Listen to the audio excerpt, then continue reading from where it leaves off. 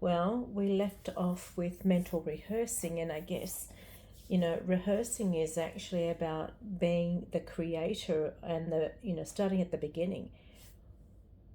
We see that with, all different types of career paths. We look at athletes. What do they do when they're training? They're rehearsing what they actually want to achieve.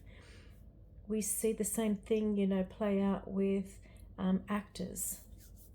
They rehearse. They rehearse the actual character role and the outcome that they're portraying, to their audience. This is life. It's not about anything other than you making a choice about what it is that you want to rehearse. That new version of you. It's drawing that line in the sand and saying, what exactly do you want to rehearse for? And, research has actually shown us that the more that we actually rehearse, well, we actually tell ourselves what it is that we'll be doing. So the brain actually doesn't know that it is a rehearsal. The brain actually starts to see this as a reality. And so you're actually living your future self. It happens every day. We just don't know how to put it into action for our personal lives. And so, in short, when you wake up in the morning, you will have thoughts. Well, you can choose what those thoughts what they're going to be. Why? Well, this is part of the rehearsal stage. So you see, I'm going to wake up and the reality is that my thoughts are actually part of my personality, and my personality actually tells me what my reality is. So what do we need to practice? Well, we need to actually practice what a new personality's reality is. And let me explain that to you, because I know that's probably a little bit wordy, but you see, what you need to do is you need to think and you need to feel, and you then need to act differently for that new personality. You see, most people, what they do is they try and actually change their new reality, but they keep their old personality. That doesn't work. We've seen that happen time and time again. It's why people default back to their past, right?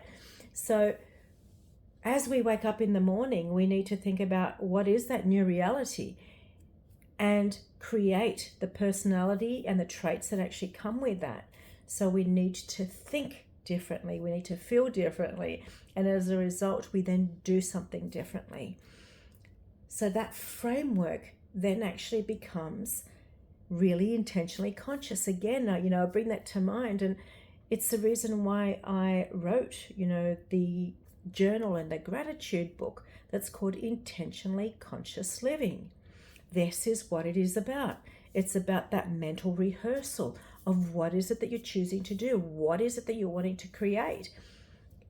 In this practice, what we're doing is we're reprogramming our past and creating a new reality. And that new imprint then actually changes, I guess, the brain software into what it is that it believes and what it has actually done in the past. Well, that actual practice, of what you used to do in the past, which was unconscious, now actually becomes a really conscious effort until it's done so consistently that it is your new unconscious behavior. This is your opportunity to create.